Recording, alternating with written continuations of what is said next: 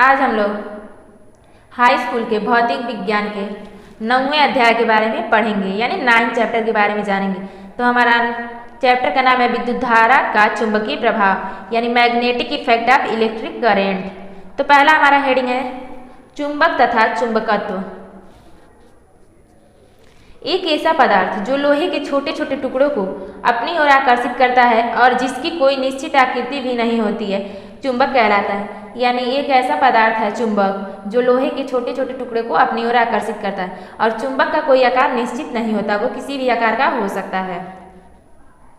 किसी चुंबक द्वारा लोहे के टुकड़ों को अपनी ओर आकर्षित करने के गुण को चुंबकत्व कहते हैं। जो चुंबक लोहे के टुकड़े को अपनी ओर आकर्षित करते हैं उस गुण को हम लोग चुंबकत्व कहते हैं। अब अगला है हमारा चुंबक के प्रकार, यानी टाइप ऑफ मैग्नेट।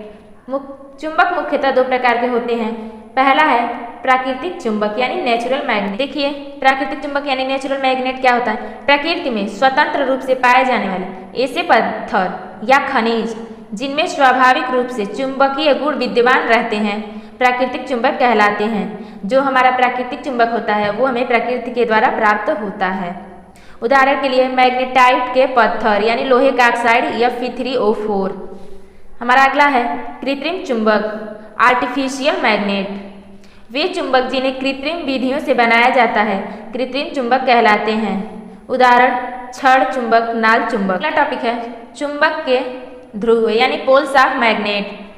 चुंबक के दोनों सिरों के निकट वे बिंदु जिन पर चुंबकत्व सबसे अधिक होता है चुंबक के ध्रुव कहलाते हैं। चुंबक के 2 ध्रुव होते हैं, पहला उत्तरी ध्रुव, दूसरा है दक्षिणी ध्रुव। अब है चुंबक के गुण यानी प्रॉपर्टीज ऑफ मैग्नेट। चुंबक के प्रमुख गुण निम्नलिखित हैं। पहला देखिए, चुंबक के ध्रुवों पर चुंबकत्व सबसे अधिक होता है तथा मध्य की ओर कम हो जाता है। चुंबक के ठीक मध्य में चुंबकत्व शून्य होता है। जो चुंबक के बीचों बीच का भाग होता है वहाँ पे चुंबकत्व शून्य होता है। दूसरा है किन्हीं 2 चुंबक के समान ध्रुव एक दूसरे को प्रतिकर्षित करते हैं तथा असमान ध्रुव एक दूसरे को आकर्षित करते हैं। कहने का मतलब यह है कि अगर 2 चुंबक हैं तो उनको हम लोग आपस में एक पास लेके जाएंगे तो अगर उनके ध्रुव समान है तो आपस में चपकेंगे नहीं, दूर दूर हटेंगे। अगर उनके ध्रुव असमान है तो दोनों आपस में चपक जाएंगे। अगला टॉपिक है चुंबकीय क्षेत्र यानी मैग्नेटिक फील्ड। चुंबक के चारों ओर का वह क्षेत्र जिसमें उसके चुंबकीय प्रभाव का अनुभव होता है चुंबकीय क्षेत्र कहलाता है। चुंबकीय क्षेत्र की दिशा यानी डायरेक्शन ऑफ मैग्नेटिक फील्ड। चुंबकीय क्षेत्र की दिशा क्षेत्र के किसी बिंदु पर रखी कंपास सुई के दक्षिणी ध्रुव से उत्तरी ध्रुव की ओर खींची गई रेखा की दिशा। हमारा अगला टॉपिक है चुंबकीय क्षेत्र की तीव्रता। किसी स्थान पर चुंबकीय क्षेत्र के लंबवत रखे एकांक लंबाई के तार में एकांक धारा प्रवाहित करने पर तार पर कार्यरत बल उस स्थान पर चुंबकीय क्षेत्र की तीव्रता कहलाती है। यानी जब एकांक धारा प्रवाहित करने पर तार पे जो बल कार्यरत होता है वह उस स्थान की चुंबकीय क्षेत्र की तीव्रता कहलाती है।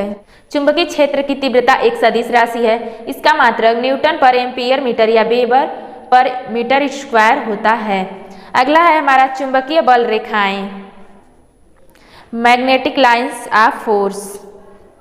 किसी चुंबक क्षेत्र में चुंबकीय बल रेखाएं वे काल्पनिक रेखाएं हैं जो उस स्थान में चुंबकीय क्षेत्र की दिशा को अविरत प्रदर्शित करती हैं तथा इन रेखाओं के किसी बिंदु पर खींची गई स्पर्श रेखा उस बिंदु पर चुंबकीय क्षेत्र की दिशा प्रदर्शित करती है।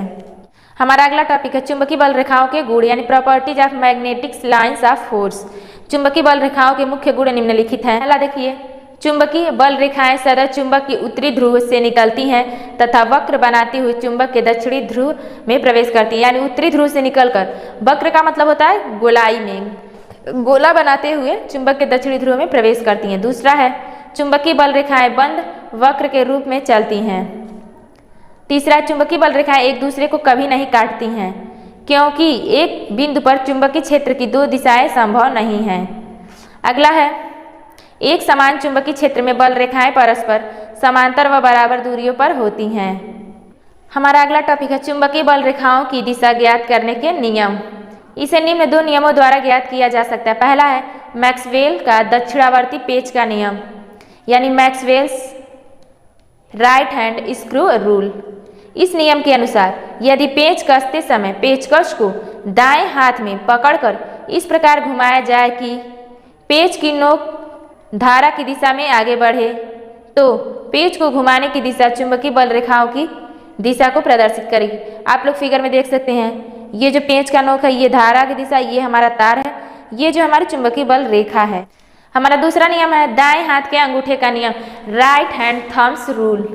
इस नियम के अनुसार यदि दाएं हाथ एक सीधे धारावाही चालक को इस प्रकार पकड़े कि उंगलियां तार पर लिपटी हो व अंगूठा धारा की दिशा में हो, तो लिपटी हुई उंगलियों की दिशा चुंबकीय बल रेखाओं की दिशा को प्रदर्शित करेगी।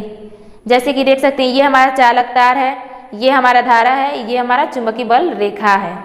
विद्युत धारा का चुंबकीय प्रभाव, magnetic effect of electric current. जिस प्रकार किसी चुंबक के कारण उसके चारों ओर चुंबकीय क्षेत्र उत्पन्न हो जाता है, उसी प्रकार किसी चालक में विद्युत धारा प्रवाहित करने पर चालक के चारों ओर चुंबकीय क्षेत्र उत्पन्न हो जाता है। विद्युत धारा के इस प्रभाव को विद्युत धारा का चुंबकीय प्रभाव कहते हैं। हमारा अगला टॉपिक है चुंबकीय क्षेत्र में किसी विद्युत धारावाही चालक पर बल।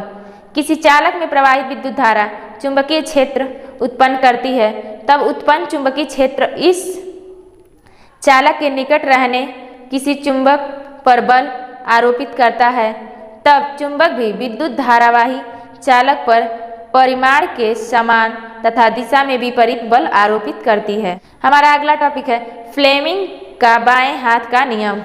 ये हमारा बहुत ही इम्पोर्टेंट टॉपिक है, फ्लेमिंग्स लेफ्ट हैंड रूल। इस नियम के अनुसार यदि बाएं हाथ के अंगूठे तथा उसके पास वाली दोनों अंगुलियों को इस प्रकार फैलाया जाए कि तीनों एक दूसरे के लंबवत रहे। लंबवत का मतलब तीनों के बीच में 90-90 अंश का कोण बने। लंबवत का मतलब होता है 90 अंश। तब इस स्थिति में यदि प्रथम अंगुली चुंबकीय क्षेत्र बी की दिशा को तथा बीच वाली अंगुली प्रवाहित धारा आई की दिशा को प्रदर्शित करे, तो अंगूठा चालक पर लगने वाले बल एफ की दिशा को प्रदर्शित करेगा। जैसा कि आप लोग फिगर में देख सकते हैं, ये अंगूठा हमारा एफ प्रदर्शित करता है, ये वाली उंगली हमारी बी और ये हमारी आई। हमारा अगला टॉपिक है वैद्युत मोटर, इलेक्ट्रिक मोटर। यह एक ऐसा साधन है जिसके द्वारा वैद्युत ऊर्जा को यांत्रिक ऊर्जा में बदला जाता है। इसका सिद्धांत इस तथ्य पर आधारित है कि जब किसी कुंडली को चुंबकीय क्षेत्र में रखकर उसमें विद्युत धारा प्रवाहित करते हैं, तो उस पर एक बल युग्म कार्य करने लगता है, जिसकी दिशा फ्लेमिंग की बाएं हाथ के नियम द्वारा निर्धारित की जाती है।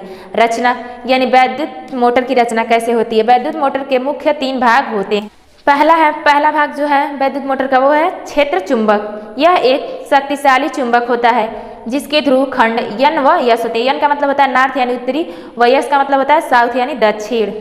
दूसरा है आर्मेचर। यह तांबे के तार के कई फेरों वाली एक कुंडली ABCD होती है, जो कि चुंबक के ध्रुव खंडों NS के बीच घूमने के लिए स्वतंत्र है। तीसरा टॉपिक है विभक्त वलय या ब्रश। यह पीतल का एक छल्ला होता है जो 2 बराबर भागों में विभाजित होता है। ये दोनों भाग एक दूसरे से पृथक्कृत होते हैं यानी अलग अलग होते हैं। कुंडली का एक सिरा वलय के भाग से तथा दूसरा सिरा दूसरे भाग से जुड़ा होता है। इन भागों को पृथक पृथक 2 कार्बन के ब्रश स्पर्श करते हैं। इन ब्रशों का संबंध एक बैटरी से होता है। एक ब्रश से वैद्युत धारा कुंडली में प्रवेश करती है तथा दूसरे ब्रश से बाहर निकलती है। जो हमारे 2 कार्बन के ब्रश लगे होते हैं, तो एक ब्रश से जो हमारी वैद्युत धारा है वो कुंडली में प्रवेश करती है तथा दूसरे ब्रश से हमारी वैद्युत धारा बाहर निकलती है। अब क्रियाविधि यानी वैद्युत मोटर कार्य कैसे करता है इसके बारे में हम लोग जानेंगे। जब बैटरी के कुंडली में विद्युत धारा प्रवाहित की जाती है, तो फ्लेमिंग के वाम हस्त नियम के अनुसार यानी बाएं हाथ के नियम के अनुसार कुंडली की भुजा AB पर एक बल नीचे की ओर तथा भुजा CD पर एक बल ऊपर की ओर कार्य करने लगता है। इन दोनों बलों से बने बल युग्म के कारण कुंडली वामावर्त दिशा में घूमने लगती है। कुंडली के साथ उसके सिरों पर लगे विभक्त वलय के भाग भी होते हैं, परंतु बैटरी का धन ध्रुव सदैव बाएं ब्रश से कुंडली से जुड़ा रहता है। जो हमारा बाएं ब्रश होता है उससे कुंडली का धन ध्रुव जुड़ा रहता है तथा जो कुंडली का ऋण ध्रुव होता है वो दाएं ब्रश से कुंडली से जुड़ा रहता है। अतः कुंडली उसी दिशा में घूमती रहती है। देखिए, वैद्युत मोटर का उपयोग विद्युत ऊर्जा को यांत्रिक ऊर्जा के रूपांतरण में होता है। इसके द्वारा बिजली के पंखे, आटा पीसने की चक्की इत्यादि चलाए जाते हैं। ये हमारा विद्युत मोटर का फिगर है। देखिए यहाँ पे हमारा ब्रश सेट है, ये हमारा विभक्त वाला है, ये हमारी बैटरी है।